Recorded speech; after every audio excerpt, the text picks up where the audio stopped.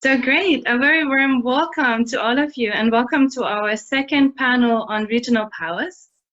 My name is Olivia Glomwitzer and I'm going to be chairing this session.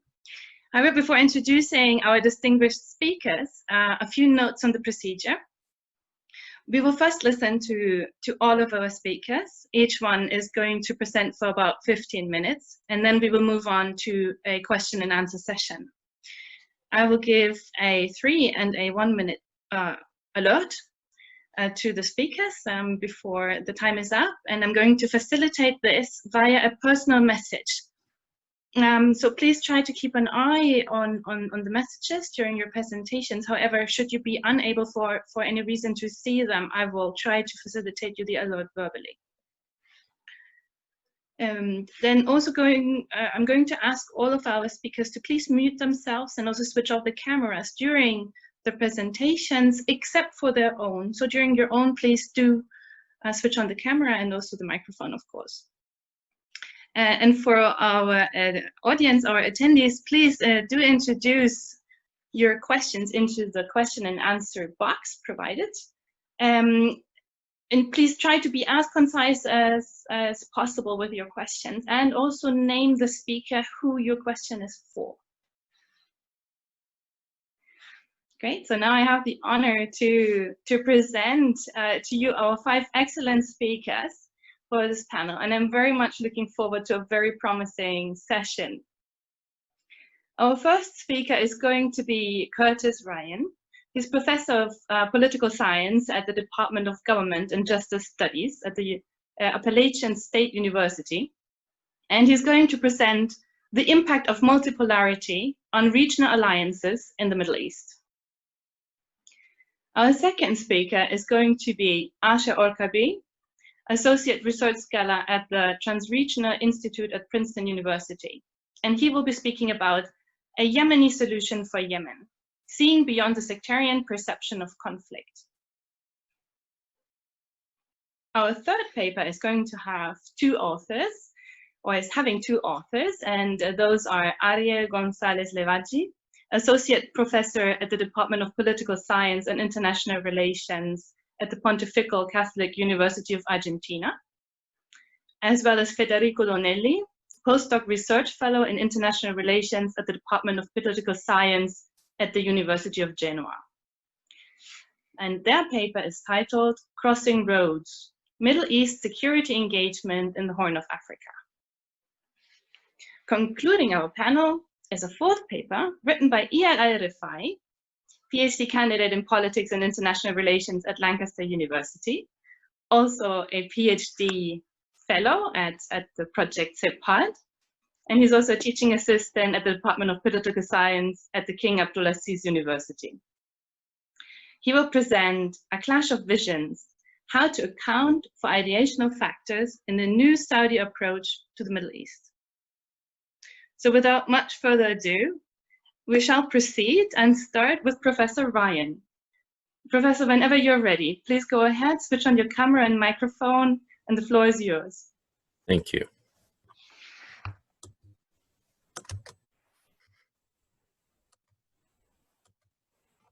Okay, there we go.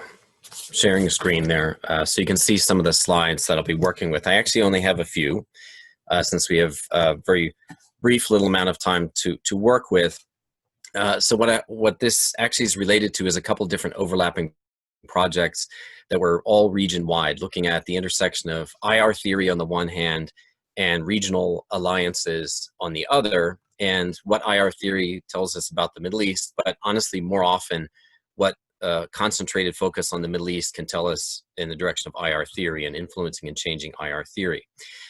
So the theme of the conference, as you know, is the whole multipolarity of the Middle East. And so the shout out in the picture here is to somebody who is absolutely not a Middle East specialist, but was a leading scholar, probably the leading scholar for many years of alliance politics globally, and that was the late Glenn H. Snyder, who was very much a neo-realist. So he was looking at things like system structure, especially multipolarity, and how that affected alliances was some of the premier aspects of his actual work.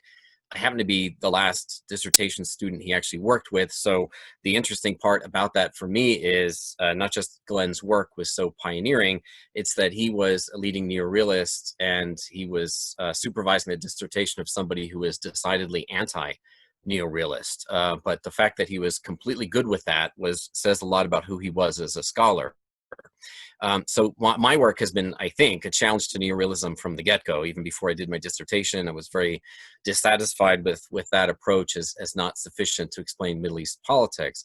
So in terms of what we're looking at here, though, the structure, to think of it as more like the setting in which a lot of decisions are made and are impacted, you can think of it, I think, as a level of global change that includes a clear decline in U.S. Power and influence, certainly not a decline in U.S. military presence in the Middle East or something like that. Those kind of indicators haven't shifted in any way. But U.S. behavior, its influence, et cetera, has clearly declined in some ways since its disastrous decision to invade Iraq in 2003 and all the ramifications thereafter. But just as importantly, perhaps under the Trump administration, it's made the U.S. is pretty close to irrelevant in some ways, at least temporarily.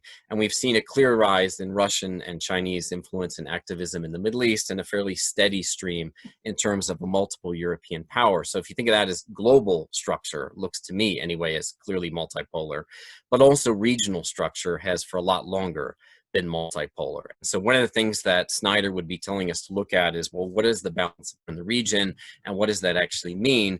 The thing that has been most obvious to me about regional politics really for quite some time is, and this is also about the limitations of neorealism here, is we have plenty of system structure, but no balance of power whatsoever. There simply is no balance. There is no pair of countervailing alliances as neorealism would expect us to find. And we've seen, not just recently, but especially over the last 15 years or so, the decline of the so-called traditional power centers, especially of Arab politics, not so much as agents of change, but as countries that are impacted by others. And I'm thinking here of Egypt and Syria and Baghdad and so on. So while we talk about a regional Cold War between Saudi Arabia and Iran, we're clearly not in the days of the old Arab Cold War. The power centers are not what they once were, and it has shifted the politics, I would say, to a fairly almost vicious level of multipolarity, with all the flexibility, all the instability that we were led to believe would be accompanied by any kind of multi. And finally, that we have a number of predominantly non-Arab states that have been playing leading roles in regional politics in very different ways, granted, but not part of the Arab system per se: Turkey, Iran, and the state of Israel. So in terms of how this works theoretically, there's a tendency in alliance theory, just globally speaking, to start routinely with realism, because there's been so much realist writing over the years in various forms, old school realism, neorealism, whatever. Lots of different realist contributions to the idea of how alliances work and what we should understand about them. In the Middle East context, it wasn't so much a Middle East specialist, but a realist turning his lenses to the Middle East, who is usually seen as a landmark study. I'm thinking of Steve Walt's book, Origins of Alliances, which is in the late 80s, which looked at balances of power and balances of threats. But we saw the challenges really shortly thereafter. So Laurie Brand, for example, wrote a landmark book on the economic challenge to neorealism. So a sort of internal challenge to the external focus of realism, and an economic challenge to the traditional security focus of realism, in what she was calling budget security, and her approach to alliances and alliance politics. Now, both of these, I would say, influenced my work. One, because I was writing, in a sense, originally against Walt and neorealism, but nonetheless, without completely abandoning all the concepts of that realists tend to focus on, even though I was coming from the opposite direction, but very much bringing economics into it, like Laurie Brand in her book. So in my own work, the idea was to bring in something that actually I didn't see in international relations theory actually anywhere. I saw it in comparative politics, especially in development theory, in what comparative comparative politics was thinking of as developing countries, in quotes, even as problematic as that phrase actually is. But of looking at regime security, a lot of what I was looking at was referring to internal politics in various countries in other parts of the world, in Latin America in particular. There were some leading studies, as I recall, on regime security in Brazil, but they weren't about IR at all, and they certainly weren't about alliances. So the idea, and this was early 1990s, was to look at regime security as on the one hand, a challenge to some of the conventional wisdoms, but as an attempt to also build bridges and see it, the regime that is, as the way to link domestic and international politics. So looking at foreign policy as something that regimes do about themselves, not just something that unitary rational actors do as though they're just countries, even if ruling elites sometimes confuse their own interests with the national interests. We've certainly seen that. So the idea there was regime security looking at internal and external implications and how that determines alliance politics, internal, external security, and also traditional security compared to political economy interests. So linking this as a bridge between these various ideas, and therefore, hopefully, as a bridge between schools of realism, various schools of political economy, and also, at that point, the newly emerging constructivist ideas and emphasis on things beyond the material. And for a really good example of that, by the way, our guest, our keynote speaker, actually, for this conference, Professor May Darwish, if you haven't already seen this book, you really should, has a great book that is about IR in the Middle East, is about alliances, is about foreign policy, and is a really nice example of this kind of eclectical approach to theory that Professor Basil Salouk of the Lebanese American University has referred to, of drawing on multiple perspectives. But one of the things that really stands out to me, in addition to how good that book actually is that most people I'm aware of who do IR of the Middle East are hard to peg into a single school of thought. Almost everyone I can think of is actually drawing happily from multiple schools, from multiple different paradigms at the same time, and multiple levels of analysis, etc. I think this is a strength of the way we approach IR theory. And honestly, I think a lot of maybe globalist or Western-centric IR theory could really get something out of that in terms of how we actually approach this. This book in particular builds a bridge between material interests and ideational and identity interests, and how perception of threats occurs, and how that leads changes in foreign policy and alliances and so on. So there's a plug for a book you might want to check out. So that leads me to a broader point, though, and that is that a lot of the concepts we who are obsessed with alliance theory toss around now, for the last several decades, it's not like all of them have come from this direction, but a lot of them have come from Middle East studies, actually, or from Middle East cases within IR theory. So even though we've been talking about balancing for, well, certainly more than 100 years in terms of the broader perspective here, but balancing, bandwagoning, hedging, omnibalancing, underbalancing, ideational balancing, many, but not all of these came from Middle East cases, which have a lot to tell IR theory and hopefully make it less Western-centric in its overall orientations, and therefore more of a truly global IR theory ultimately. But I think it also very often leads us, and then this is where I was working with this recently, it kept leading me back to the idea of the original concept of alliances itself. I mean, my own work, I've tended to emphasize that most Middle East alliances are not just formal defense pacts. Like a lot of Western research tends to focus on a formal defense pact along the lines of NATO. NATO seems to always be the example. And if we get historical examples, it's almost always the same period. It's almost always Europe, the classical balance of power period. And then we are looking at cases like England, France, Prussia, Austria, Russia, and they're realigning and so on, especially in various points in the 1800s. That's something actually that Glenn Snyder was looking at. And there's a lot of value there. But what I'm suggesting is by taking a broader look geographically, historically, chronologically, we can actually learn a lot more about how alliances work. And in the Middle East, we get mostly not traditional defense pacts, but much more fluid alliances that kind of rise and fall, which is why some people will draw this distinction and just call it alignment and avoid the word alliance altogether. We've also seen a rise and fall of various economic and diplomatic blocs. And sometimes we're comparing these, all to each other. And as you can probably tell from the regime security perspective, when I look at this from a regime security perspective, I see alliances basically as including the top two when possible and when available, but largely as really transnational coalitions of ruling elites who are basically supporting each other and in an attempt to shore up the regime's security, which is a different way, I think, of looking at it than, say, traditional neorealist approaches to alliances. So let me end in terms of wrapping up with a sort of before and after look at the region-wide idea of alliances here. And that is what my original motivation was, to just look at, well, what are they actually? And besides bilateral alliances, because we can find lots of pairs of countries that you can think of as allies in a one-on-one bilateral situation, these various binaries. We don't really have a shortage there. But I do think we've had a shortage of what we usually think of as multilateral alliances, right? They're harder to find, which is why people continually are looking from the 1950s until right this moment, will there be such a thing as an Arab NATO? Comes up over and over and over again, usually in the imagination of policymakers in Washington and other places, but there have been various attempts, as you know. But if we look at the regional alliances, the truly multilateral ones, honestly, there just aren't that many. So the empirics are quite limited in that sense of what we can look at. Before the Arab uprisings, before 2011, we can look at the Gulf Cooperation Council, the GCC, right?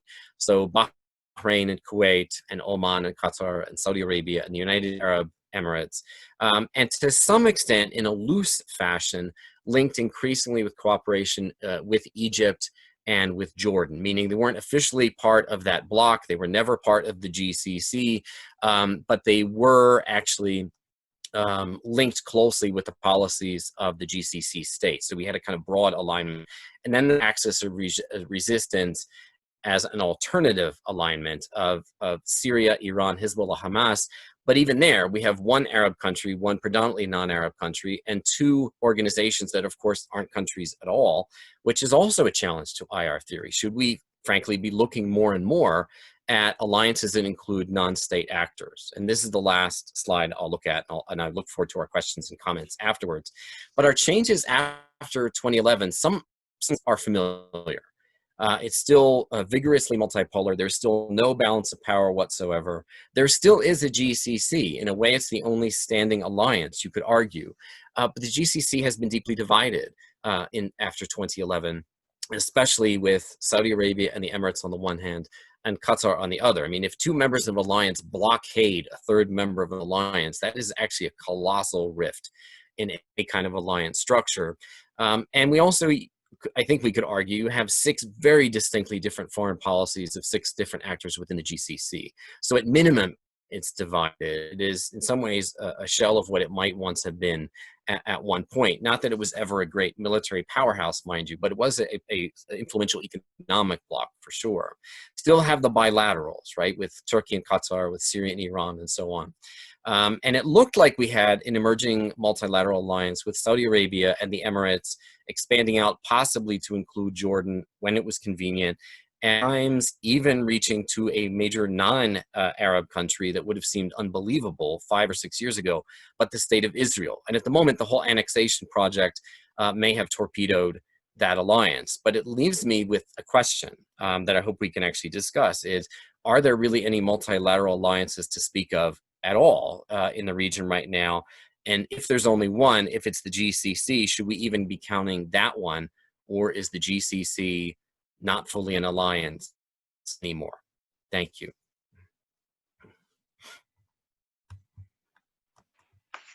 Thank you so much. That was brilliant and right on time. Thank you so much. So this will hopefully give us the time to discuss your question and plenty more from the attendees in the question and answer session. So for the ones who are just joining us, please do introduce your questions with the name of the speaker it is directed at in the Q&A box. And now we'll be moving on to our second paper, which is by Asha Orkaby, and he will speak about a Yemeni solution for Yemen, seeing beyond the sectarian perception of conflict. Asha, whenever you're ready, please go ahead.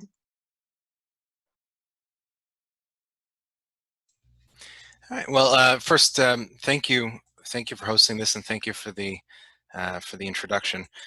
This talk is actually based off of some work that I was doing to prepare for a book on Yemen for Oxford University Press's series of what everyone needs to know about Yemen. It's a bit of an ambitious title, but determining what exactly everyone needs to know. But hopefully I'll be able to get some feedback from you. I'll be very much looking forward to the question and answer. So I've titled this A Yemeni Solution for Yemen, Seeing Beyond the Sectarian Perception of Conflict. And I'll start off with a map that many similar maps have appeared that divide the Middle East into this very clear bipolar world of blue and red in this case, but Saudi Arabia and Iran, where somehow every conflict in the Middle East can be divided and packed into this one bipolar conflict in this bipolar model. Similarly, there's a deceptively simplistic bipolar division in Yemen, at least in the eyes of much of the Western media, where the Houthi movement, seen as an Iranian proxy in the northwest of the country, and then the Yemeni Republic, situated in the rest of the country, in the southern eastern sections of the country, seen as the Saudi proxy. These are the military boundaries as of April of 2020, and the boundaries haven't changed all that much. Territorial boundaries haven't changed all that much since the onset of the conflict in 2015. And Abdul Malik al-Houthi, the current de facto leader of the Houthi movement, has done very little to dispel these notions of the Houthi movement's connection with Iran. In fact, now the infamous slogan that was created by Abdul Malik's older brother, Allahu Akbar al-Maut al-Amrika, al-Maut al-Israel, al-La'na al-Yahud, al-Nasr al-Islam, roughly translated as God is great, death to America, death to Israel, cursed upon the Jews, curse upon the Jews, and victory to Islam. And this calls into memory, historical memory, that is the 1979 Iranian Revolution, at least partially. And not just this slogan, but much of the Houthi ideology is reminiscent of much of the Iranian ideology, the way that the Houthis have set up their government after 2015. But most of the connection, beyond just a number of Iranian advisors in Sana'a, some token arms shipments, and maybe some transfer of cash and some political capital, the Iranians have not really played a very significant role in Yemen, actually haven't taken a public role in Yemen in support of the Houthis until the end of 2014, early 2015, which means that the origins of the Houthi movement far predate Iran. The actual connection that's far more significant is between the Houthis and Hezbollah in Lebanon. And this, the entire public relations campaign and the way it's been developed by the Houthis has really emulated much of Hezbollah, and not just in Abdul Malik al-Houthi speeches, which are very similar to Hassan Nasrallah, the leader of Hezbollah's speeches, but also the very fact that the Houthi TV station Al Masira, translated as The Journey, was founded in Beirut specifically in 2012. It's modeled after Hezbollah's Al Manar TV and actually even shares a studio. And this shows you to the extent to which the Houthis have really modeled themselves after Hezbollah, very much with that Hezbollah public relations training. Yet, nevertheless, this much other than the ideology, the slogan, much of the Houthi movement actually predates any involvement of Hezbollah in Iran. And we'll have to figure out then what I argue is where it actually comes from. But in order to understand, so we have to dispel the notion of the Houthis as solely an Iranian proxy. And similarly, we have to make a similar calculation about Mansur Hadi and the Yemeni Republic. So Hadi, the current president of the Yemeni Republic, has a regime based out of Riyadh, and the extent of his regime doesn't go beyond a number of luxury hotel rooms in Riyadh. And that's because he is a president without a country and increasingly without a people, as more factions of Yemenis have been withdrawing from this Yemen-Saudi alliance.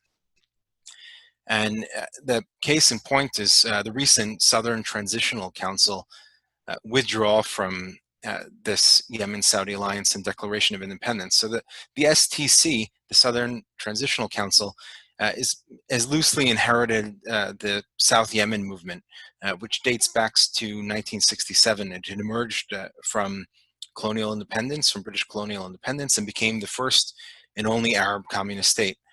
South Yemen and North Yemen united in August of 1990 and became republic, the Republic of Yemen, one united country. But yet the push for Southern autonomy and independence is just one example of the fissures and the weakness of the Yemeni Republican and Saudi coalition that undermines the very notion of a Saudi proxy within Yemen. It's a proxy with very little legitimacy and very little political power. So in that case, we're left with this question: if the Republic is not a Saudi proxy and the Houthis are not a very clear Iranian proxy, where does this Houthi movement come from, and what were its building blocks prior to 2014 and 2015? So I would argue that the Houthi movement is really a conglomeration of three different resistance movements to the Yemeni Republic. The first is a religious movement, the other is an economic movement, and the third is a political movement of tensions with Saudi Arabia. So the first is this religious element. This dates back to 1962, when Imam Muhammad al-Badr was overthrown. He was the last in a succession of over 1,000-year dynasty of Zaidi Imams ruling northern Yemen. Zaidi being a sect of Shia Islam predominantly practiced in northern Yemen. And with al-Badr's overthrow and a subsequent civil war for the next 8 years, the Yemeni Republic that had been founded in 1962 set up the subsequent decades of conflict between the remnants or the tradition of Zaidi Islam in Yemen and this new emerging republicanism. Behind this was both a social struggle and a religious struggle. A social struggle because the Republic overthrew the old social hierarchy, which was based upon Sa'ada, or those families who were most closely aligned or related to the Prophet Muhammad.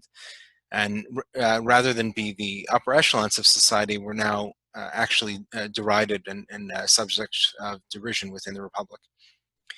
Similarly, the Zaidi traditions, at their center having an imam or a religious ruler, and many of the other holidays and traditions that had been practiced by Zaidi Islam for 1,000 years were eliminated by the Republic, or at least discouraged, and replaced by the ideology, the Salafi ideology of Muhammad al-Shawkani, who was a Yemeni Islamic jurist during the late 18th, early 19th century. And it introduced for the first time this Sunni Salafi ideology into Yemen. This adaptation of an alternative to Zaidi Islam was both a way to prevent the Imam from coming back into power, this concept of Zaidi Islam from challenging the Republic, but it was also a wedge for Saudi Wahhabi indoctrination and proselytization. And that occurred during the late 1980s and early 1990s with the emergence of what was known as a Damaj school up in North Yemen, financed by Saudi oil money, spreading Wahhabi Islam and Salafi ideology in areas beyond the north, and even founding School Al-Iman University in Sana'a. During the early 1990s, there was a Zaidi religious revivalist movement, focusing on reintroducing many of the old Zaidi holidays, and also some of the customs, the way methods of prayer, and that all these holidays and customs certainly seemed alien to an entire generation of Yemenis that had been raised on a Republican educational system, a Salafi way of teaching, and were reintroduced to the old traditional methods of Zaidi Islam. Certainly seemed foreign to many of them, but ultimately became one of the major driving forces behind the Houthi movement, this religious revivalist movement of Zaidi Islam, which marked a culmination in 2014 when the Houthi movement overthrew the Republic and established again a a republic, or at least a state, that was based loosely on Zaidi Islam and many of these old traditional religious tenets. The other element is an economic marginalization. So following the 1960s, the republic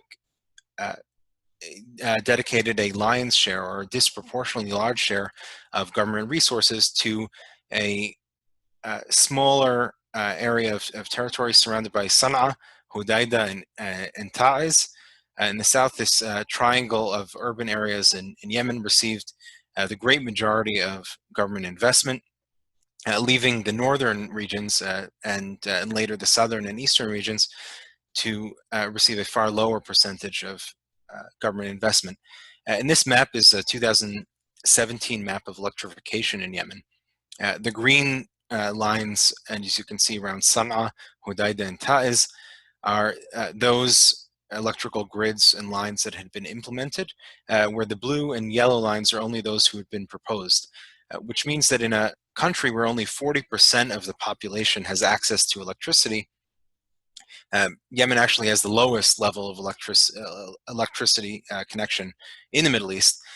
The areas in the north where the majority of both the northern tribes and the former supporters of the Imam reside in often cases didn't even have any electricity. So in a country where even the capital city of Sana'a often only gets 4 hours of rolling electricity per day, the major city in Sa'ad often has no electricity. Many of the smaller cities in particular have none, which can be a great impediment to any development within northern Yemen. It certainly has created a great deal of animosity. The same can be said for road construction. There's really only one road, one major road that connects Sana'a, the capital city, to Sa'ad up north. And this road is poorly maintained and very difficult to traverse, especially certain times of the year. And without the proper road connectivity to the rest of the country, economic development has really been stunted over the past several decades. Again, leading to this great deal of animosity towards the Republican Sana'a, and because of this economic marginalization, both the electricity, also factory construction, and other public investment. This final point is a political point and a political movement, and this is a movement that began during the 1930s in a war between Saudi Arabia and Yemen, when North Yemen at the time, was forced to cede 3 regions of Jizan, Asir, and Najran. And in 2000, the Jeddah Border Treaty was signed, where Saudi Arabia paid the Yemeni Republican government and many of the border tribes a fee, also known as bakshish, in common terms, to make this border official. And Saudi Arabia in 2003 began constructing an 1,100-mile border, beginning from the seacoast and going inland, to divide the two countries. This was seen as was a lot of public protests on both sides of the border, because Yemenis, both on the Saudi side and on the Yemeni side, had been used to crossing this porous border for many decades, visiting family, conducting business across this border. And by Saudi Arabia putting up a wall in between the two countries, this was really ruining their way of life and separating families and tribes. The most vocal opponents of this movement was known as the Asir Restoration Movement. And here you have one of the opposition members holding up a La Tudahl al-Saudi, no to the Saudi intervention, and opposing much of this movement. And this is really underlying the point that a solution to the current conflict cannot be found in the halls of Riyadh or Tehran, but needs to be decided in the streets of Sana'a, Sa'ada, and Aden, where Yemenis need to be given agency to weigh in on what a future state looks like. Because the Houthi movement has really taken advantage of these 3 separate movements: the religious movement, the economic, and the political grievances that have all coalesced under this banner of northern resistance to the Republic. And finally, I'll end with this image of Bab al-Yemen from my last trip to Yemen in 2013. This is the gates to the largest and busiest market in Yemen, where you can buy everything from famous Yemeni spices to Chinese plastic sandals, and it's open to tens of thousands of Yemenis shoppers on a given day. And I look forward to opening the doors to your questions during the question and answer. Thank you very much for your time. Thank you, Asher. That was brilliant. Thank you so much, and right on time again. So splendid. Let me pass over the microphone symbolically to two presenters, Ariel González Levaggi and Federico Donelli. They'll be speaking about crossing roads, Middle East security engagement in the Horn of Africa. Ariel and Federico, please go ahead. Okay, thank you, Olivia, for the time to explain about our research project. If Federico don't mind, I will start talking about the main issues of our one moment. Okay, yeah. So basically, our research project is trying to explain the crossing roads between the Middle East and the Horn of Africa. Basically, I think this is not the proper. A minute. Try to. Okay. So, I'm sorry. I will start to explain the basics of our article. In general, the Middle Eastern regional order is kind of anarchic, fragmented and disorderly subsystem, which affects the main players' strategic calculations, driving them to adopt kind of foreign policy aimed at national security and regime survival concerns. However, there is an increasing literature on the conflicting nature of the Middle East after the Arab Spring and the security challenges in the Horn of Africa. So following this growing involvement of Middle Eastern powers, Saudi Arabia, the Emirates, Turkey, Iran, in the security dynamics of the Horn of Africa. So we are trying to present kind of a comprehensive explanation of the spillover of negative security interdependence, especially in the geopolitical realm, between the Middle Eastern regional order and the Horn of Africa proto-security complex, as Busana Weber says. So our driving research questions are three. What are the effects of the increasing involvement of the Middle Eastern powers in the Horn of Africa? What are the long-term risks of this growing competition among these Middle Eastern players? And finally, how a region under geopolitical turmoil shape a secondary neighbor region. So this is the core of our concerns related to how one regional order affects other. So our goal basically is to analyze the growing enlargements of the spheres of competition from the Middle East into the Horn of Africa. So to explain this connection, we brings insights both from the regional order, literature, and the neoclassical realism. As in line with Curtis' arguments, it's clear that realism provide a lot of insights to understand regional dynamics. So, but in terms of regional order literature, the Middle East, of course, is a kind of confrontational setting.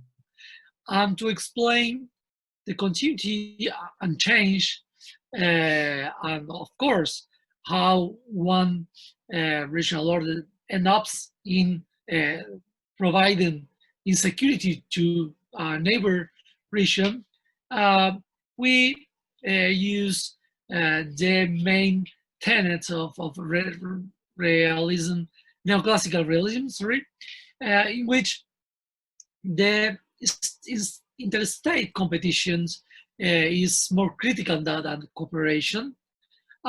Basically, what's the neoclassical realism proposed is that the international system constraints it provides a series of limitations that shapes state foreign policy actions.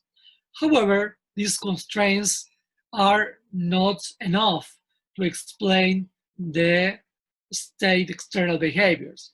Unlike neorealism, the neoclassical approach addresses a complex relation between systemic variables and the state external outcomes involving unit-level variables, such as elite consensus, state-society relations, regime vulnerability, and domestic coalitions, among others.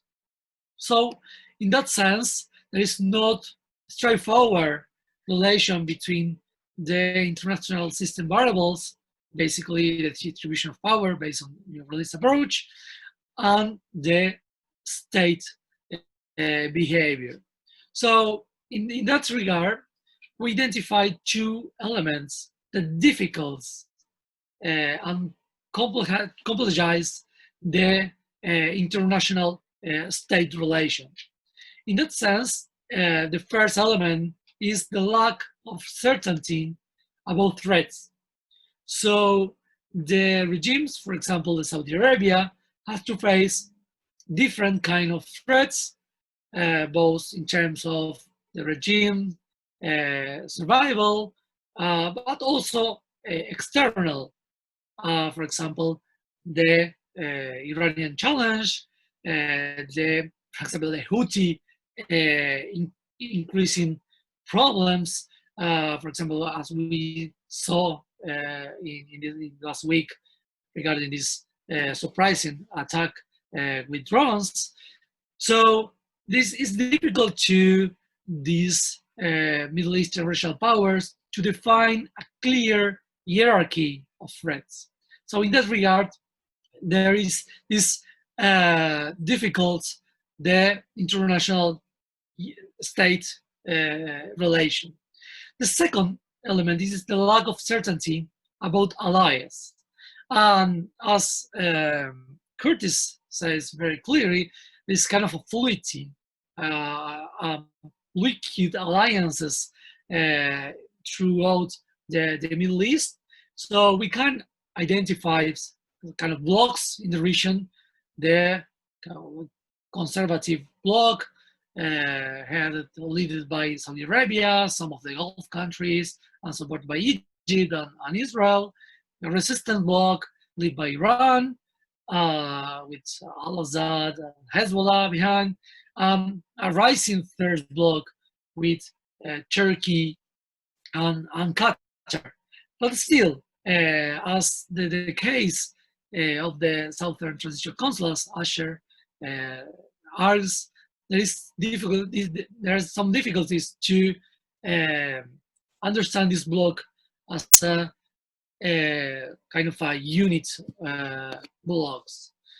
So these two elements are difficult, the relation between systemic and state behavior, also bring some like elements to think the relation between the interaction among regional spaces.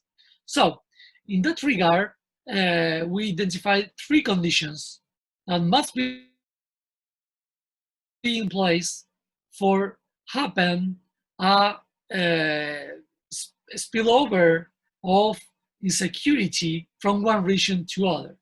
So the first assumption is that the relative power of external actors must be greater than that of local actors. This is defined in terms of capabilities and in terms of the structural weakness of Horn of Africa actors related to the Middle Eastern powers. Second, the external actors must find a specific interest justifying their engagement in a regional context different from their own. This is defined in terms of national interest and is clear in the case of, for example, Saudi threat perceptions of the Iranian presence in the Red Sea. The same goes for Israel and the Emirates. And third, the structural incentives defined in terms of asymmetry from regional powers to act in a neighbor or order. And this provides some opportunities in that sense. So based on this theoretical framework, our central argument is that clashing interests among regional, about Middle Eastern regional powers are pushing a harmful security interdependence between the two Red Sea shores, feeding local tensions and threatening to exacerbate regional instability, not only in the Horn of Africa, but also in the Middle East. In that sense, our theoretical framework is tested in three cases. The first case is the consequences of the GCC internal crisis, especially after the 2015 Saudi-Yemen's intervention. The second case is the establishment of Turkish military outposts in Somalia, following by the plans to establish a military base in the Suakin island belonging to Sudan. And finally, the increasing Israeli activities in the broader Horn of Africa area. In that regard, Federico will explain and will expand on these cases and focus on the Horn of Africa regional dynamics. Thank you. Thank you, Ariel. I just try to be very brief. You should close your share screen. Ariel, you have to close your share screen, please, so I can share mine. Okay. So as Ariel said, we try to apply this theoretical framework to the security interaction between the Horn of Africa and the Middle Eastern states. So first of all, we asked to ourselves what were the main drivers, factors, or determinants that drove the Middle Eastern states in the Horn of Africa. And we decided to divide into, or to categorize these factors in two main categories, and we use two notions from mainly from the conflict analysis.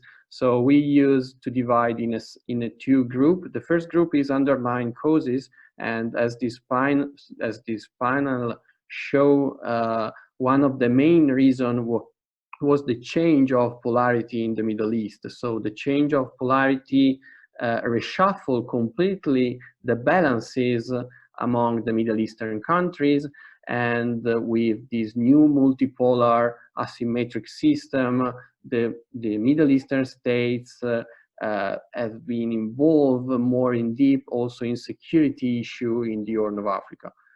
Among the other causes, there's also the idea to increase the influence. So as a consequence of this idea, we have seen a change in the perception of the Horn of Africa and as in the Red Sea region from a transnational to strategic area. So the Red Sea became a new power arena for the Middle Eastern states.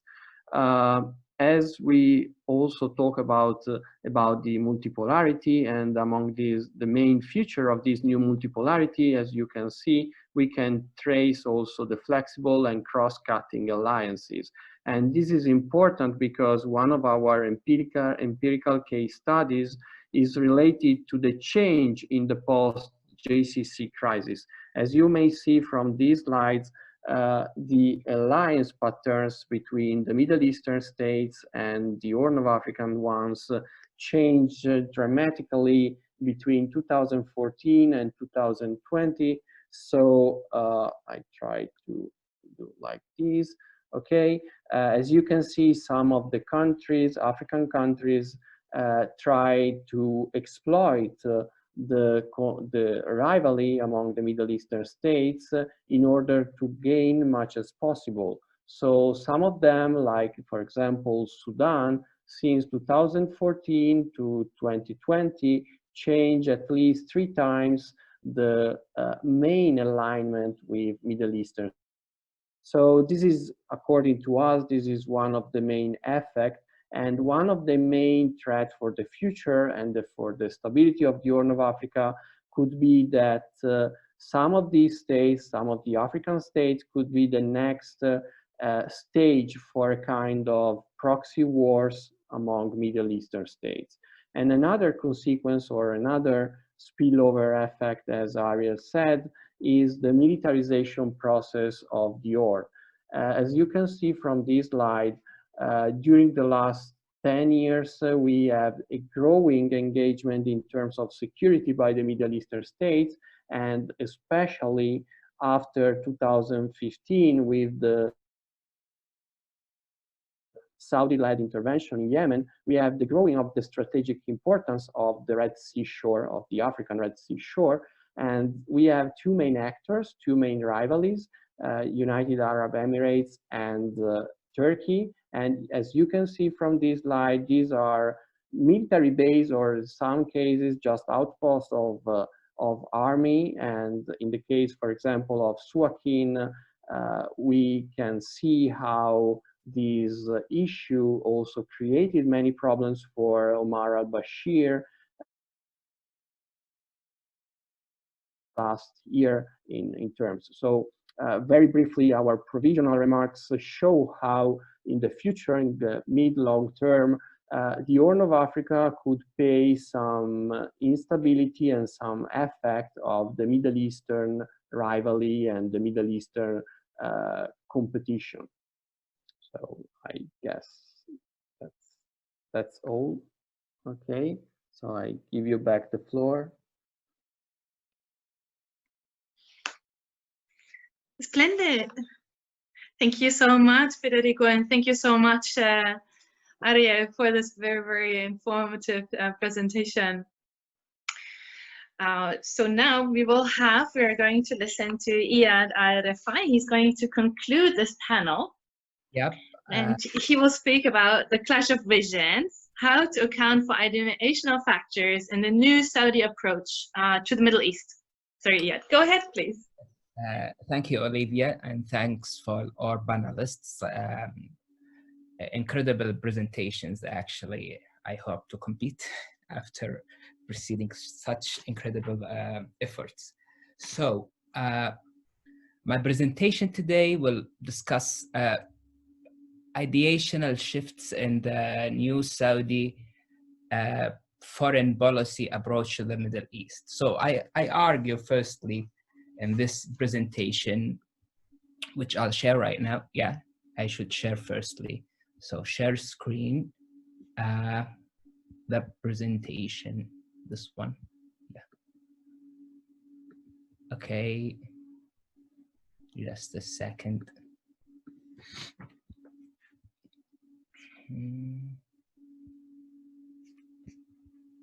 Sorry, just a second. Is it sharing? No, I don't think so. Okay, just a second. Not yet. Yeah.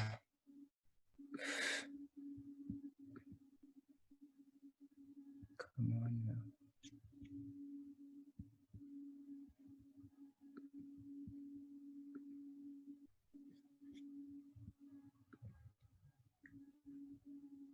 Right now, is it? Yeah. Okay. So I think it appears right now. Yes, Olivia.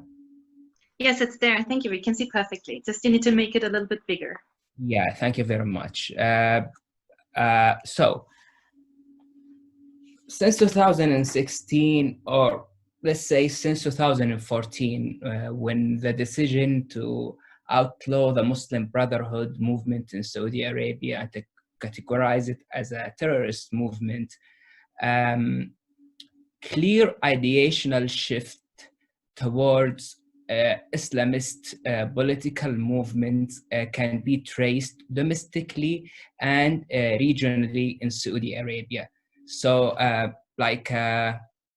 process of marriage, 2014 was the year of divorce between political Islam, especially Muslim Brotherhood and Saudi Arabia. So the study starts actually from just that point of departure.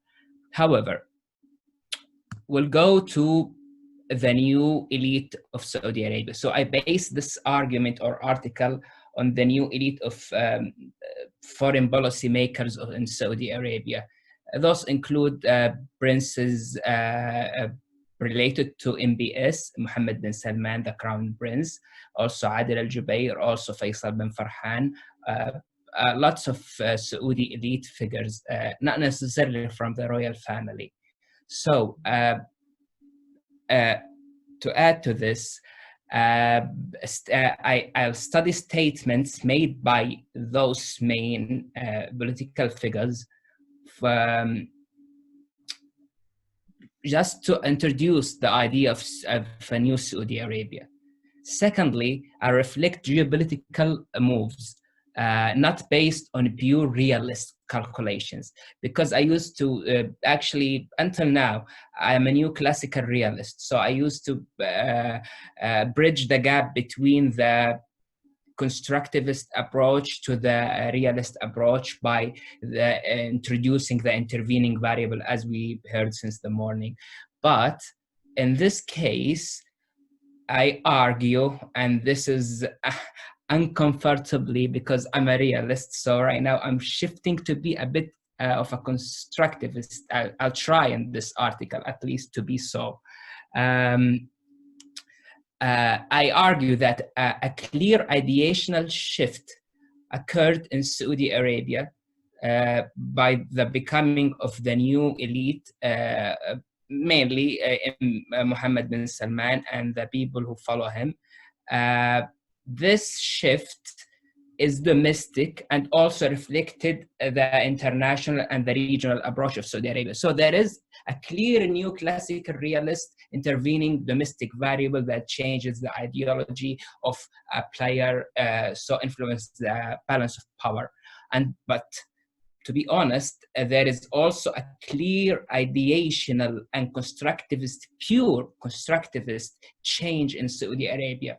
Because if we were to study the calculations of Saudi Arabia from a realist perspective, Saudi Arabia should have signed a deal with Iran since 2018 or 2019. But Saudi Arabia refused to do so. Saudi Arabia should have signed the deal with the Muslim Brotherhood since 2012 or 2013, and they can share the region. But Saudi Arabia refused to. Why? Because it believes in the norm of sovereignty. As Stephen Hedeman, I hope I'm not butchering the name, and his colleague argued in the article Sovereignty versus Sectarianism. So they argued that sovereignty is the main norm that Saudi Arabia uses and utilizes in its foreign policy, while Iran uses and utilizes not pure sectarianism, but identity-based politics, while Saudi Arabia, at least in the last 5 years, is not purely basing its foreign policy only and solely on identity. If actually identity plays any more right now in Saudi foreign policy, I think it's only the the holy mosques and the Hajj. This is the main things that Saudi Arabia really relates to Islam right now, or related to Islam by. So, okay. The approach, the article tries to understand the ideational change by in Saudi Arabia is include both a neoclassical, as I mentioned before, a neoclassical framework, also an argumentative analytical aspect, and it's mainly based on ideational, constructivist, and analyst. Both frameworks can be applied perfectly to study shifts in Saudi approach to the region, because when studying the case in Lebanon and how Saudi shifted in domestic Lebanon politics since 2016 until now, and how it shifted in Iraq, actually it's not balance of power. It wasn't really pure military contestation or real power contestation. Actually, Saudi Arabia utilized its soft power to attract these countries. Especially Saudi Arabia opened three channels speaking Iraqi language It also enhanced its presence in Lebanon by sending Walid al-Bukhari as an ambassador who has very good relations with the Lebanese elite. I hope I'm being heard because I can't see the chat. I just figured that out. Please, if anyone can tell me if I'm heard or not. We can hear you, Eyad. Yeah, I'm sorry. Okay, so back to number 2. All right. Very much for taking the time with us today. This interview by Khaled bin Salman shows really, it's only 2 minutes. I'll show 2 minutes out of this. Shows really the divergence, not only in realist calculations, as most of them. I'm sorry to say about realist naive, because I used to be a strong realist, but the naivety of realism by understanding the reason as they can share the spoils they and Iran, as Obama incorrectly suggested that Saudi Arabia and Iran should share the region, thinking out of a realist perspective. But this is wrong. This is totally wrong. Why? Because we'll hear this in the 2 minutes over here. Okay, starting here. Let's talk about terrorism in the region. What are the greatest threats to Saudi Arabia today? Well, I believe the biggest threats to the region and to the international security is basically Iranian regime and its proxies on one side, and ISIS and Al-Qaeda, a terrorist organization, on the other side. We believe that they're both 2 sides of the same coin. They believe in the same concept, not necessarily exactly the same ideology, but they both do not believe in the sovereignty of nations. They both believe in transnational ideological state. They both do not believe in international law. And sometimes they compete with each other and they fight each other. But when it comes to us, we're the common enemy. And they cooperate. Why are you the common enemy? Well, because we are a force of stability, force of peace, force of prosperity in the region. What we want to do in Saudi Arabia is we have currently this great Vision 2030, where we want to reform our economy to basically untap the potential in Saudi Arabia, to open our new sectors in Saudi Arabia, and to have a prosperous country, and to move our citizens forward. To be able to do that, we need a stable, secure region. We need and prosperous region. We need to increase our economic cooperation with neighboring countries. Iran wants to export the revolution. Iran has an expansionist ideology. Iran wants other states in the region not to be our partners, but to be under the Iranian expansionist project. And this is a big difference. We have Vision 2030 that is moving us forward. They have Vision 1979 that is trying to move the region and Saudi Arabia backward. Okay, those 2 minutes actually they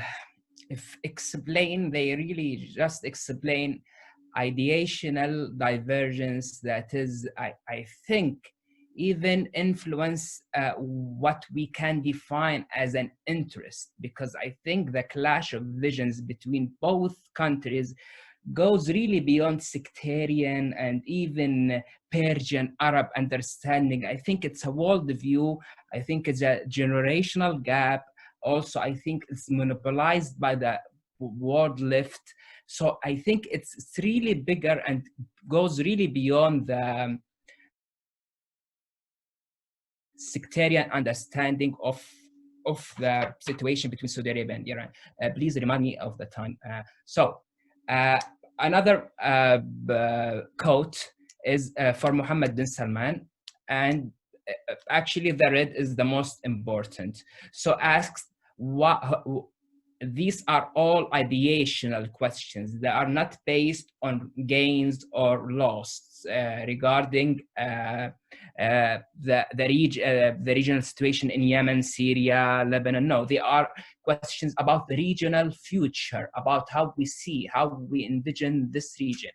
So the Sharq al-Awsat asked the Crown Prince, you have spoken of a dream to transform the Middle East into the new Europe. How do you confront obstacles, etc.?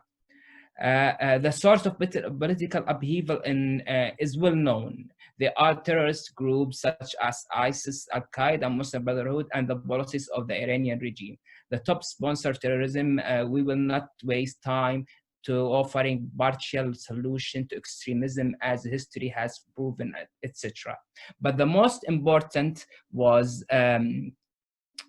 leading position in all fields, and the one with the red but down, leading positions in all fields regardless of the conditions and the challenges. We will not rest until we first achieve the goal of our nation and then our brothers in the region. So this vision is not only based in Saudi Arabia, it's also regional vision. And it is really based not only on realist or liberalist economist calculations. No, there is a huge ideological, and I prefer to call it ideational element to it.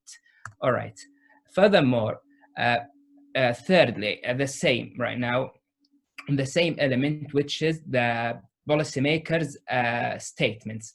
Khalid bin Salman, Khalid bin Bandar bin Sultan, the Saudi ambassador to the UK, just expressed to the Telegraph, we do not, when asked about war with Iran, he said that we do not want war with Iran, but we do not believe in appeasement.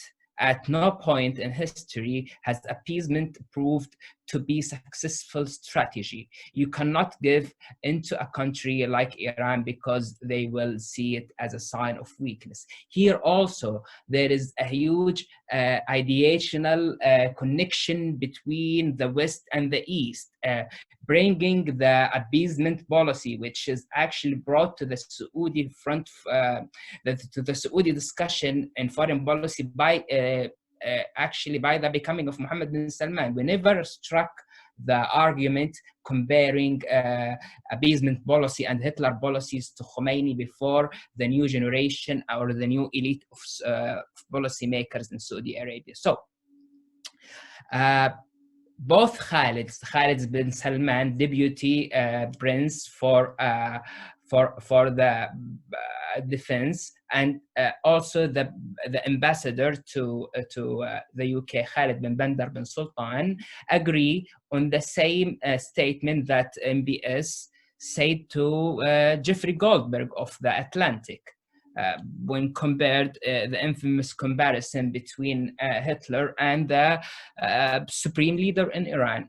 So they see this appeasement policy as real, and as this belief goes beyond realism. This is really ideational and also generational as well. However, so firstly, how many, I'm sorry, but I can't see the chat. So if anyone can tell me how many I got, how many minutes? Chat. About 2, Eyad. 2 minutes. All right. Okay. That's good. That's good. Okay, let's go over here then. Yeah. Okay. Sorry. Okay. And now it's time to get rid of it. This is actually also a press announcement for MBS that now is the time to get rid of the old interpretation of both Sunni and Shia Islam. And also I have notes written regarding this. 2 minutes. Okay, I'll try my best right now. Okay, because this is mostly half of it. So okay, note number 2. Yeah, page, this is page 6. Okay.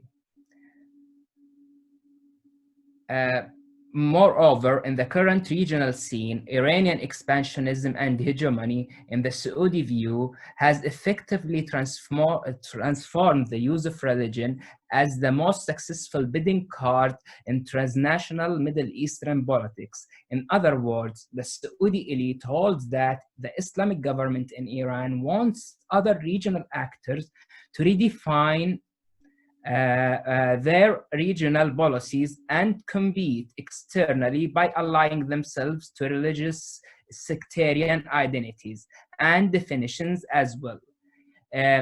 Even if Saudis and Iranians wanted to share the region, they can't actually. Ideational distinctions will render them seeing and defining the region adversely, because there is really a huge ideational gap between both leadership. I can't see a rapprochement between old guards of Saudi Arabia and the current guards of Iran. But the current guards of Saudi Arabia, there is a huge ideational, generational, what else? They can't see the world similarly, literally. So I think this is the most important point that I wanted to stress, since there are 2 minutes to be covered. But I think the paper will cover more aspects, because I wanted to delve to the Iranian constitutions, but this can also be brought into discussion. Thank you very much, Jasmine, for holding this. Thank you, Eyad. Sorry, Excellent. Sorry, Olivia. Sorry. Don't worry. Don't worry. All well. Stop that. Good. If you stop sharing, then we'll move to the question and answer session. And just switch off your camera for the moment. Really. Thank you. Great. So now we have arrived already at the end of this very excellent panel. I applaud all the panelists. You have really done an excellent job with these presentations. Very engaging, very interesting, thought-provoking. So I would like to do the following, pose a question to each of you in the order that you have presented. And we'll try to get as many questions as possible. So I would like to start with May Darvish, because she has a question for both Curtis and Asher. So I will read you the question. To Curtis, she asks, or she says, "Thank you very much for your presentation."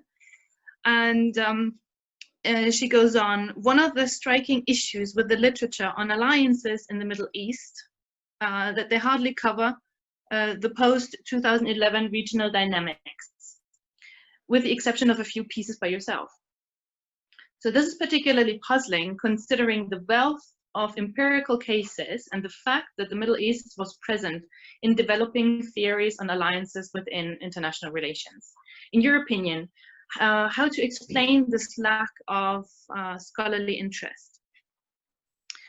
And then to Asher, she also says, "Thank you for a very clear presentation. It draws a clear map of the different actors in the Yemen crisis. I wonder about the resonance of these groups at the popular level. Most studies of Yemen focus on different political actors within several assumptions about their legitimacy. How do people stand vis-a-vis these different actors?" And then we go on to Ariel and Federico.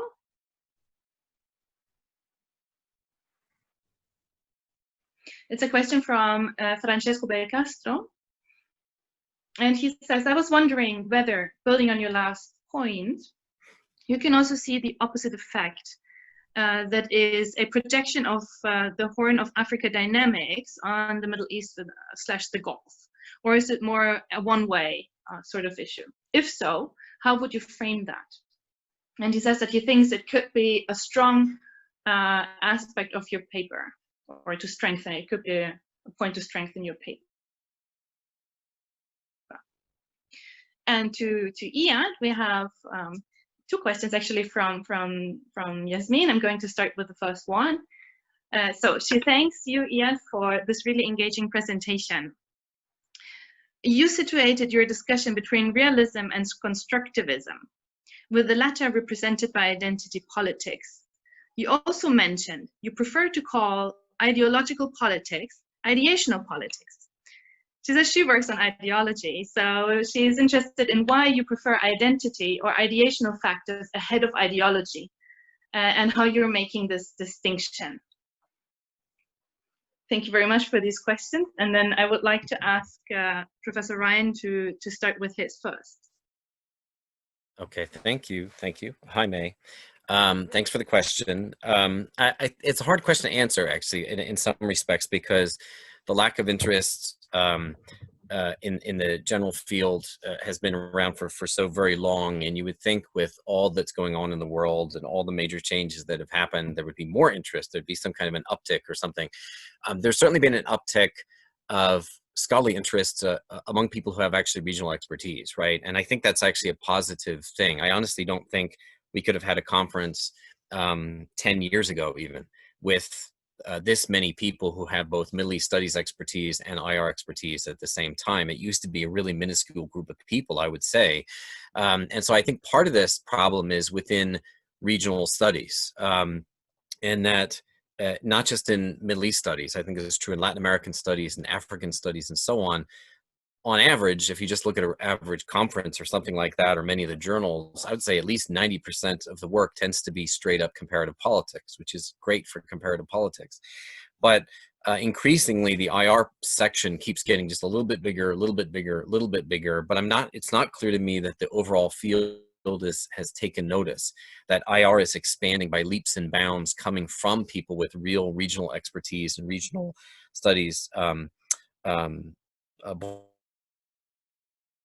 Bona fides, basically, and I think it should take more notice. But that's an argument also for a lot of us to be reaching out to other locations for publication besides, say, regional studies journals, things like that. One of the things actually one of the organizers of this conference, Yasmin, is one of the co-editors of. Look, I'm going to do a book plug. Of this ginormous book with Ray Hinnebusch, the Routledge Handbook on Middle East and North Africa. And unlike almost every other book I've seen on these topics, where they bring together a whole slew of people on various topics, this one has a lot of pieces that are on comparative politics, but a lot of pieces on IR, rather than the usual 19 pieces on comparative and the one IR piece that's actually thrown in. So that actually might be a start. I think the problem is mostly on the mainstream IR theory part. And the last thing I would add to that is when I talk to my other colleagues, when I'm here, I'm a Middle East specialist who does IR, or an IR person who does the Middle East, right? And that's how I think I'm probably known internationally, and also for my writing on Jordan, right? But when I'm at work, when that's physically, humanly possible, among about 40 people in these combined departments, I'm just the Middle East guy, right? They just see it that way. I'm comparative Middle East guy, IR Middle East guy, whatever. But they almost always, really smart, educated, knowledgeable people still see the Middle East as the exception, as this sort of extra thing and they're genuinely surprised when it has something to say that they can actually use and generalize about. So I think we have our work cut out for us. But when I look at the kind of work that's being done in Middle East studies in this panel alone, much less this conference overall, I'm really optimistic that eventually we're going to kind of bash that door in and get people in mainstream IR theory to pay more attention to see what's going on out here. Great, thank you. Yeah, me too. I'm actually, I share that opinion. I'm optimistic too in that regard. So Asha, please go ahead. Thank you for the question, Professor Darwish. It's actually one of the very difficult parts about Yemen is that the majority, and if I'm understanding your question correctly, it's how do we gauge public interest? There's all these different groups, and I've only mentioned a handful of them, but there's lots of different factions and groups within Yemen, and not to mention tribal groups and factions. So how do you determine who has legitimacy and who has the most public support? And it's actually a really difficult question, one that the Yemen Polling Center, a number of other organizations have been trying to grapple with. But in short, I think that we can summarize the fact that the Houthis, very much modeled after Hezbollah, have control over their public relations network. Their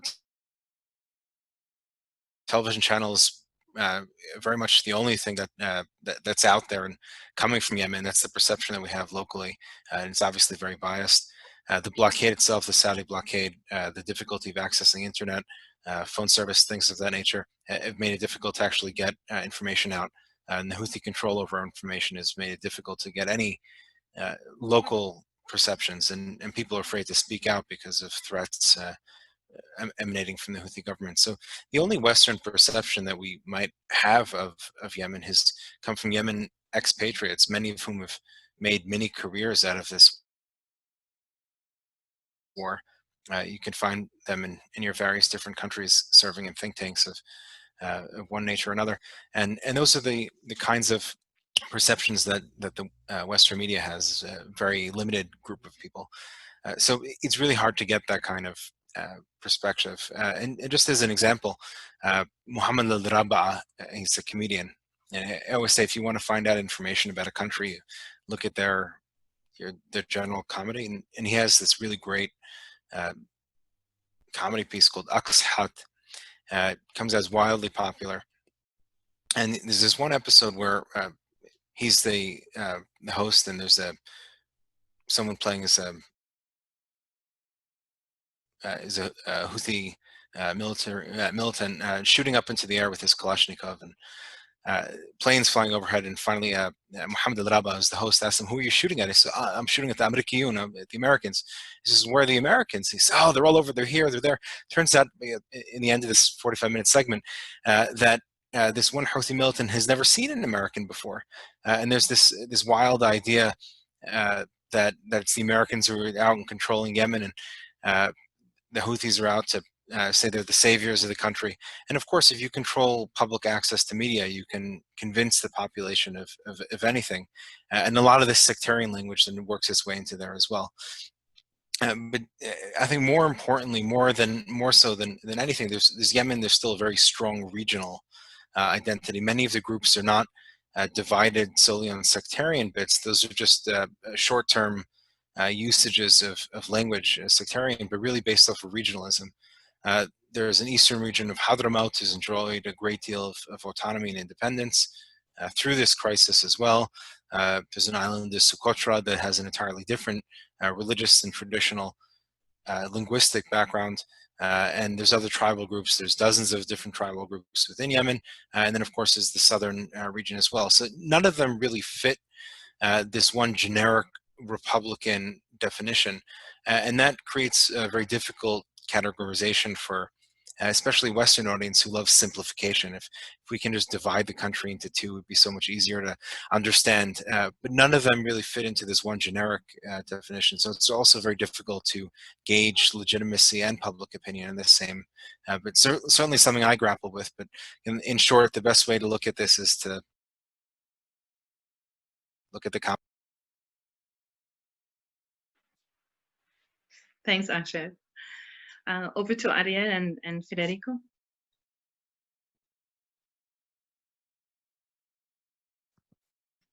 Can you see me? Or just yes, I can hear? see and hear you. Okay, perfect. I would like to thank you, Francesco, for his question and for the suggestion, because I completely agree with him. I also consider as a weak part of our research, and more in general, a weak point from the existent literature about the interaction between Middle East and the Horn of Africa. The fact that we always analyze this interaction from the perspective of myths.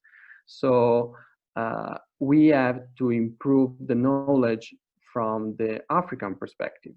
So thank you for the comment. Question, I do not consider this dynamic in terms of one-way dynamic. I consider two-way dynamic, and I consider the security interaction between the two regions as a kind of overlapping interaction. So we can trace both the local dynamics, the local security dynamics, and the regional security dynamics, and these two dynamics overlap each other. And so I believe that one of the potential effect of this overlapping dynamics could be a chain gaining effect on Middle Eastern states. So in the case of interstate conflict or just tension among African states, there could be an involvement also of the Middle Eastern states. And recently, we saw something related to these overlapping dynamics when we had some problems for the Renaissance Dam on the Nile River, and we had some problems mainly Sudan and Ethiopia.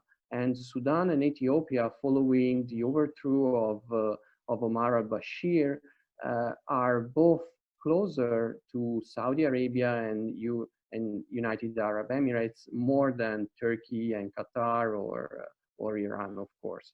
So we saw some tension among these two ally or just alignment powers, and we saw how Saudi react to this tension. So yes, I completely agree with Francesco's point. So I give you the floor to Ariel if you want to add something. Yeah, there are some elements that can be focused and that explain a kind of bidirectional dynamics.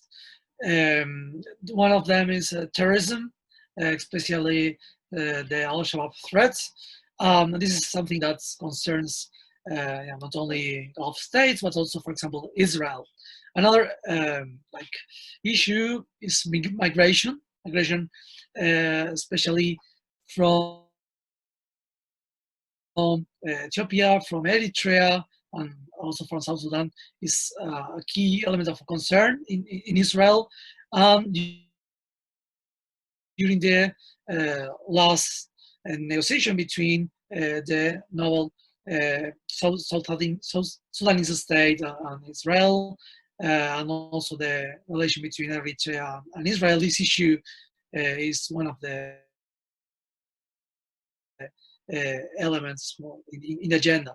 So these two elements plus maritime security and all the efforts that many Middle Eastern powers have developed in the last years is another element of concern that can be picked up as common or shared dynamics in the Horn of Africa and also in the Middle East. Thank you.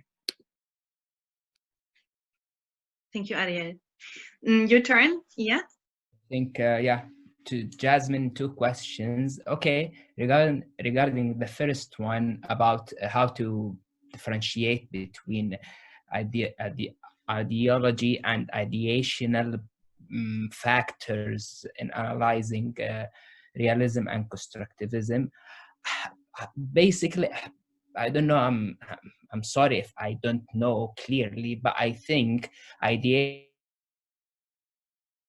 factors study cultural, religious, and also issue of language and issues of more broad cultural aspects, while ideological factors study the political or the politicization of certain aspects of a society. Let it be classism, racism, sectarianism, whatever. But ideational aspect affect the cultural and the way that the nation thinks, okay? But the ideology actually uses the political tool more than the cultural or the soft power tool, okay? While ideational is really more of a constructivist element, ideological influence is more of a realist approach to how to attract others, because there are soft power and hard power, etc. There is a big discussion around this. But I think from an international relations perspective, because if you go to comparative politics, they'll have different definitions regarding this.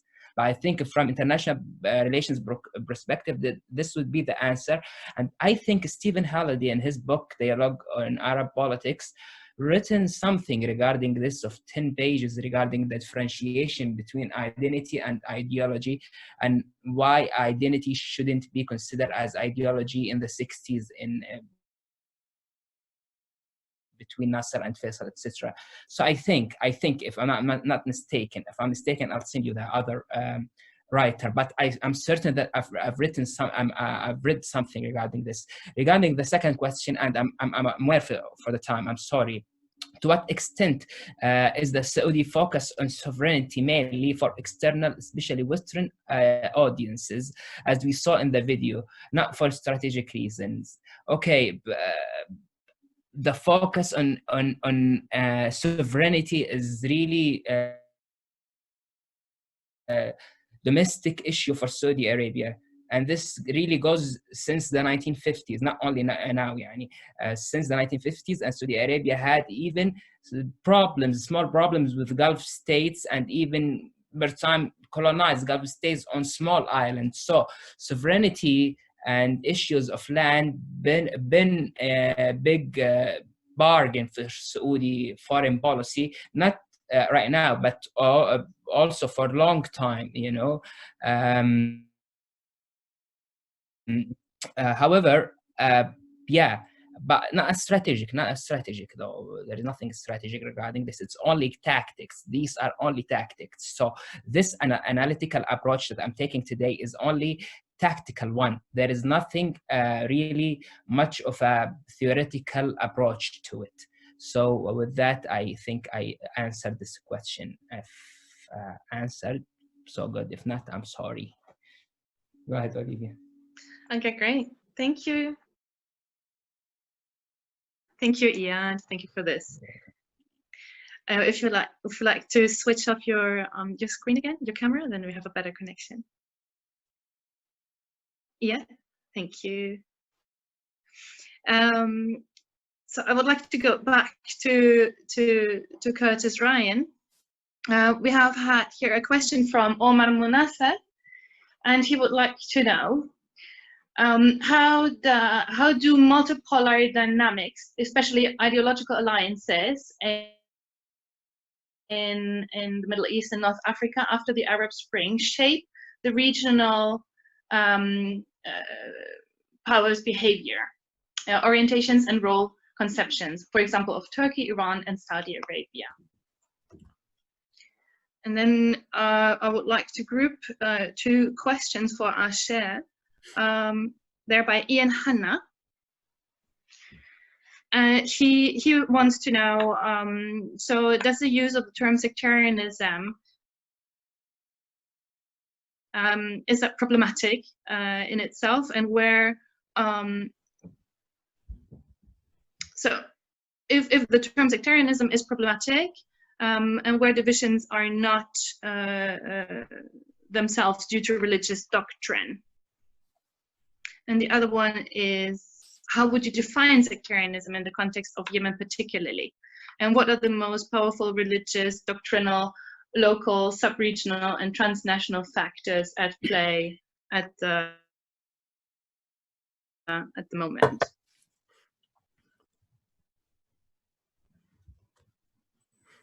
Okay, can I go ahead? Is that right? Yes, exactly. Okay, Please go ahead. I wanted to say, because he had already answered this question, the next one is a little bit longer. Okay. Actually, I have a kind of a pair here, so I'm gonna link them together. One was about the nature of the current set of alliances, and if I was leaving something out, and the other is about role conceptions and ideological factors. So just briefly, I do think some of the regional powers that see themselves as regional powers sell themselves in a much more ideological sense. And here I'm going to use the exact examples that are used in the question. Saudi Arabia, Iran, Turkey, as different as they actually are in terms of their political systems, their pitch about their own ideological framework and what the region should look like and so on. They all have a much more ideologically oriented foreign policy. My personal take, however, would be I don't see ideology as really driving the foreign policy. I see it as closer to a marketing issue, meaning I don't think it's a non-factor. I think it's one on a long, long list, but I think it's still mostly fairly traditional power dynamics working out between great powers. And one way we might think about looking at this is because we look at foreign major powers, meaning non-regional ones, and we expect them to act like foreign great powers. I think we should increasingly look at regional so-called great powers and expect them to act like it. In effect, act almost like imperial powers, but in a within the region sort of sense, not in the old school colonial sense. And also, I think we can then contrast them with the many other states in the region who do no such thing. Meaning a lot of the so-called small states in the region, small measured not just in size, but in terms of relative economic, political, and even military power, tend to not have the luxury of selling themselves ideologically, or whether it's a sectarian form or a left-right ideology or whatever. And I think I have no choice but to be a bit more pragmatic. So a lot of my work has been on Jordanian policy and foreign policy and domestic politics. And that's a consummately pragmatist sort of country. But I think Morocco also fits this bill, so does Tunisia, before and after, actually, the Tunisian revolution. Still, in terms of how it behaves on the regional stage, it's still a completely different vision. And then the other question I wanted to link it to was about the set of alliances that we could look at, right now. And the question, this is from Edward, actually, was did I see that the axis of resistance as basically a non-issue now, because it was on the previous slide. And it made me realize, Edward, that I had a terrible slide because I agree with you. The second slide was supposed to be about changes, but I should have put that one still back on there because I still see it as a factor. And so I would actually draw a little bit on my colleagues here, Federico, when they were looking at alliances towards the Red Sea.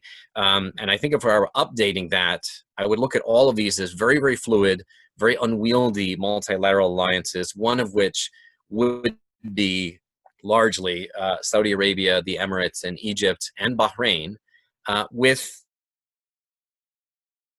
then what I would call almost quasi-states, the part of Yemen that leans towards Saudi Arabia, so not even a complete country, as opposed to the axis of resistance, which still exists, even though there was a rift with Hamas not agreeing with Hezbollah on whose side they should actually be supporting in things like the Syrian war, for at least for a while there.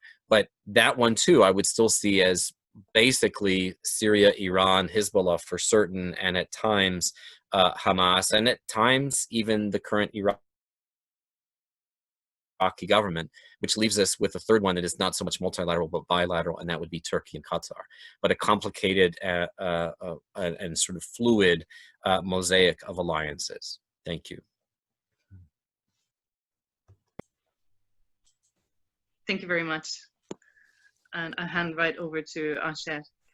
All right, so I think we have to divide Yemen really to two different periods: as pre-2015 and post-2015. So pre-2015, a lot more of the emphasis within Yemen was on questions of regionalism,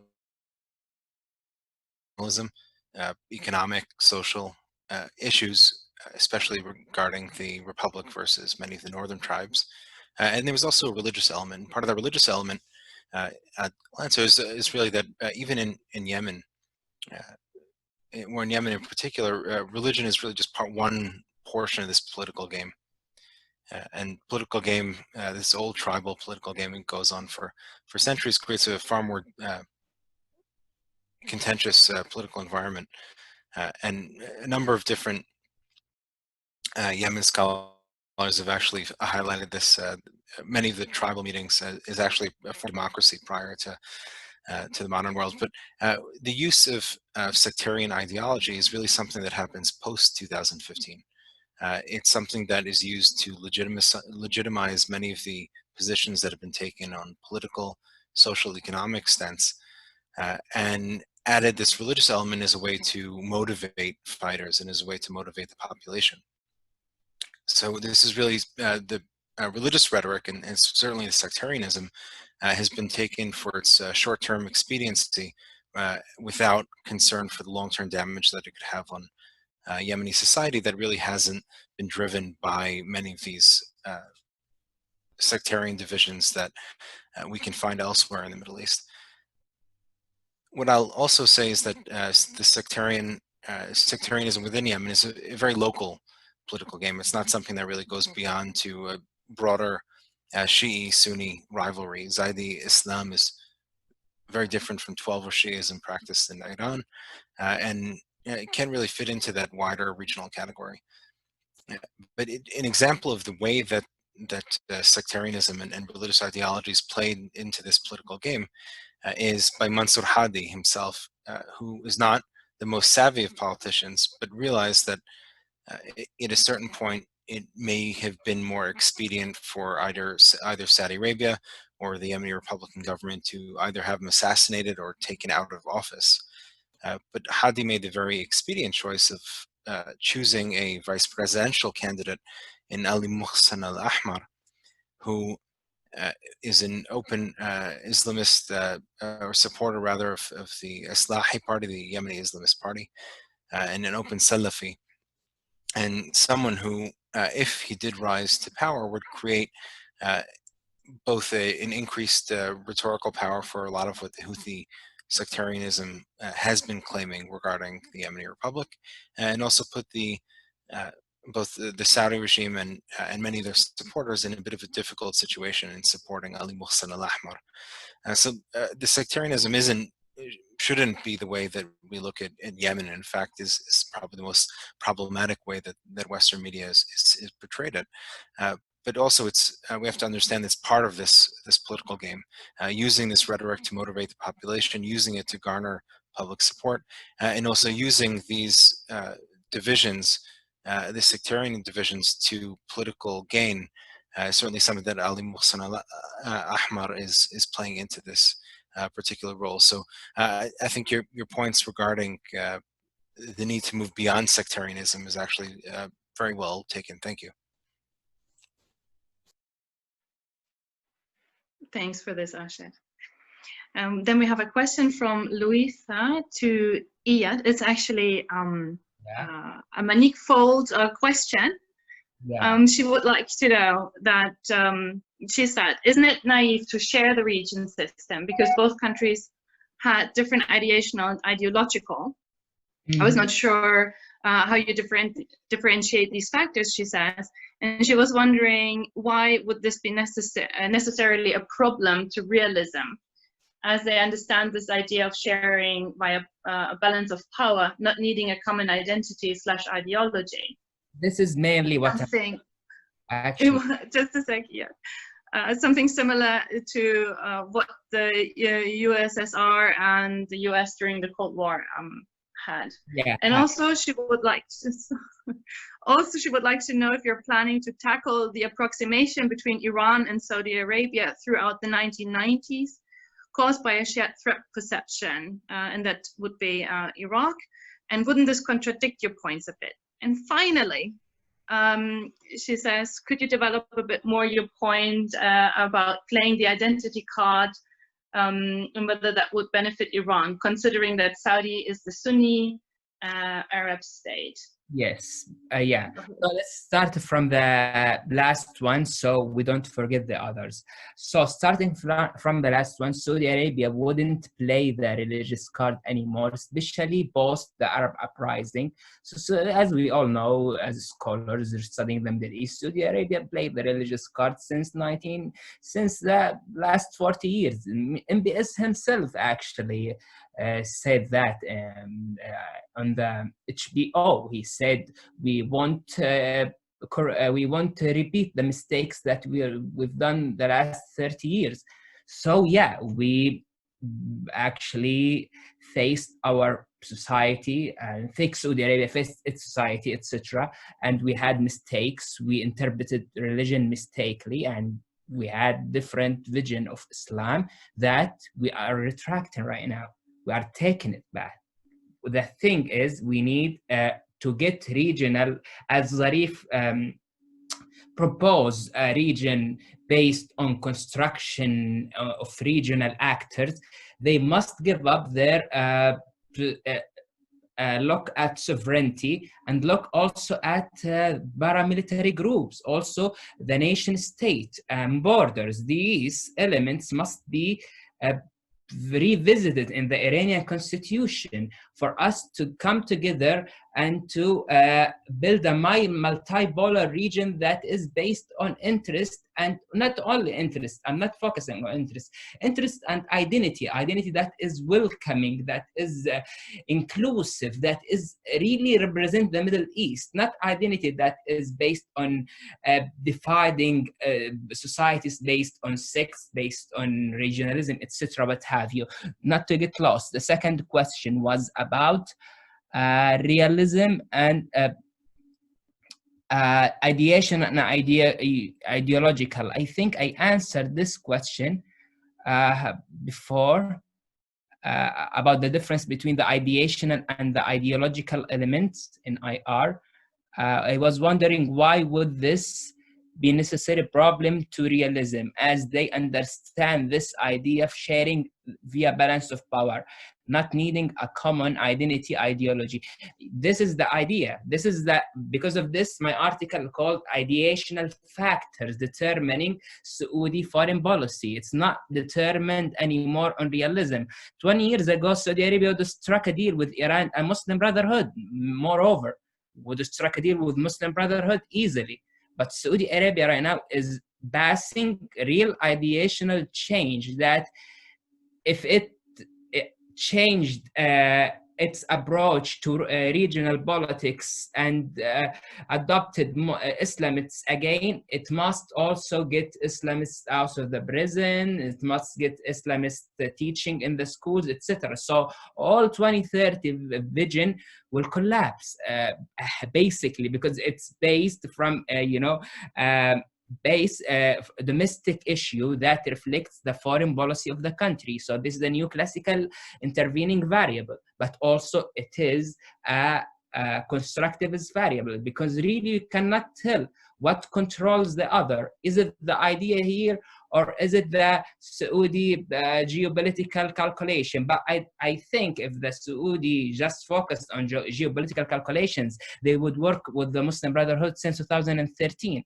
But no, they focused on ideational and norm of sovereignty more than their fast or just long short-term gains. That's the answer for that question, I think. Also the question about the 1990 caused the threat perception. Yeah, Iraq, surely, but that's a different context and different time zone. And different really regional dynamics, to be honest. So Pax Americana by then was established after or during the Gulf War between America and Saddam.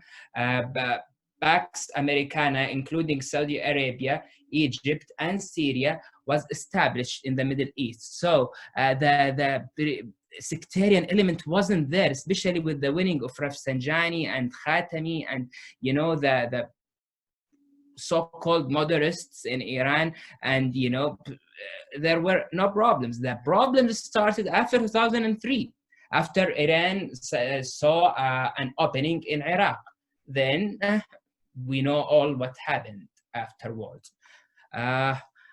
I hope this answered the complicated 3 questions. I'm sorry if I missed the point or anything in this, but hopefully if I missed anything, you just send me anywhere, please. Go ahead, Olivia, I'm sorry. Thank you very much, Eyad. Thank you. I would like to pose another question to Ariel, and then Eyad, I will have another one for you as well. Ariel, we have a question for you from Omar Munasser. He said that he found your paper very interesting and insightful, but he would like to know, how do sectarian approaches in regards to the Yemeni crisis respond to, first, the nationalist movements and discourses when regarding the Houthi national discourses exerting on the followers amid what they consider the Saudi-led coalition as a foreign intervention?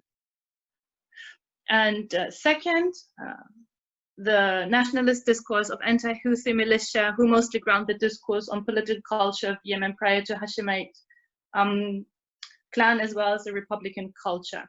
And the third part, the STC is not a sectarian response to the Houthi coup, but rather a nationalist claim. Those are three excellent questions. So I'll just address that. The first one regarding the Saudi coalition. This goes back in some ways to the Houthi rhetoric that labels the Saudi coalition in some ways justifiably as a foreign intervention, and especially for locals who see the planes flying over and experience many of the bombings and the growing humanitarian crisis. This is obviously something that resonates with the larger public. But this political conflict and this border conflict has been tinged with much of the sectarian rhetoric and approaching this more from a religious standpoint as Zaidi Islam versus Sunni Islam and specifically Salafi and Wahhabi ideology in Saudi Arabia. And this goes back to something that was mentioned during the presentation regarding Shawkani and a lot of that Salafi ideology, both endemic within Yemen and also that which had been supported by the Saudi Wahhabi proselytization over a number of decades. And similarly, the Saudi-led coalition in the Republic, to answer your second question, has focused that nationalistic discourse on the anti-Houthi militias, borrowing a page out of the former President Ali Abdullah Saleh's book, in framing the Houthis as not just Zaidi revivalists, but as those who want to resuscitate the imamate, bring all of the Sa'ada families, all the Sayyid families together, all those at the upper social hierarchy, and re-elect an imam and re-establish a religious state. So the Houthi family leaders have claimed that they're not going to be following this and that they would be fine with a republic of some sort or another. But there's still those naysayers, and in particular the anti-Houthi groups within Saudi Arabia that have indeed focused on many of these more radical ideologies. And in fact, the Houthis and much of their ideology, extremely racist in many ways, focusing on the Sauda itself, and alarmist as well. In the way that they treat their local population and violate human rights on a regular basis. So again, that the problems are not religious, but the sectarian language has been expropriated by many of the opponents and proponents of various different groups. And finally, regarding the STC, not being a sectarian response to the Houthi coup, rather a nationalist claim. So I'll problematize that for a minute, just very briefly, that the STC in many ways suffered from the use of sectarian violence against Southern movements. And I'm harking back to the 1994 Civil War, where Ali Abdullah Saleh used, the Salafis used this whole generation of Afghani Yemenis, those who had fought in Afghanistan with Al-Qaeda and then came back to Yemen in order to sack the southern port city of Aden. So many of these former communists, an entire generation of southern youth and also elderly, had seen bearded Salafis coming down in trucks, tribesmen coming down and rioting in the city of Aden in 1994.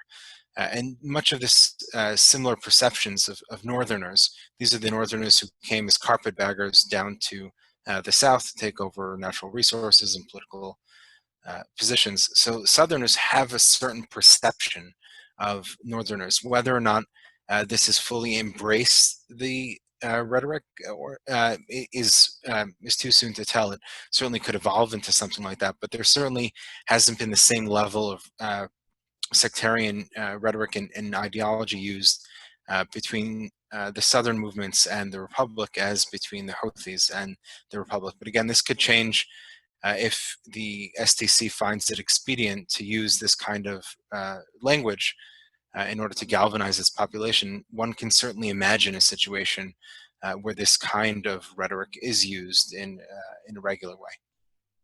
Thank you for those 3 questions. Thank you so much, Nasher. that leaves us enough time for one more question for Eyad. And Eyad, it is from Omar Munasser as well here. He tells us that he is also working on his PhD right now, and he's working on the role conceptions of Iran, Saudi, and Turkey. And he wants to know, how does the KSA tend to balance its own national roles, including sovereign state that you have already mentioned, and regional roles? He says, if we very recently argue that the KSA shifts from sectarian identities and roles, then should we think that the Saudi leadership is moving towards a pan-Arabism similar to that of Nasser of the 1950s and 60s to counterbalance non-Arab rivals such as Iran and Turkey, and the Arab allies such as Qatar or Hezbollah, the Houthis, or also the Muslim Brotherhood, and etc.? Okay, I got the second aspect of the question very clearly to answer, but the first one I'm not surely that I understood. But the second aspect, okay, if we very recently argued that KSA shifts from sectarian identities and roles, then should we think that Saudi leadership is moving to pan-Arabism similar to the Nasser pan-Arabism? Surely not. But so a new Saudi under MBS is bringing back the Arab voice, or the Arab tradition, or the Arab tool to the community network, network of community. Right now we are capitalizing on Arabism, but not much more than nationalism. This is the most important in New Saudi that observers must take care of, that new nationalism in Saudi is the most important identity across Saudi right now. So nationalism, Arabism, Islamism, if it fits the national narrative right now, it is good. If it doesn't fit this national narrative, it is bad. So yeah, because the current situation, Muslim Brotherhood are against the status quo of stability, norm of stability that Saudi Arabia defends, because it wants the region to be stable, because it depends on the international community, not sectarianism and militias, etc. It's about international community and something bigger than this. However, back to your question, no, it is different. So pan-Arabism right now, it is different, and context and place wouldn't allow to use Ahmed Saeed and Sawt al-Arab radio to manipulate Arab people. It is not the same region, not the same generation, not the same tools, not the same Arabism. Even if we are going to pan-Arabist approach, it will be different one actually, So it's interesting to see it. However, there is something to it. There is a manipulating of pan-Arab identity, especially when it comes to Iran, but I don't see it as the main pillar to Saudi identity. I see Saudi identity as nationalism or patriotism as the main pillar. Okay, I'll try to understand the second question if I have time. Saudi Arabia and Turkey, how does Saudi tend to balance its own national roles, including sovereign state, you have already mentioned, and regional roles?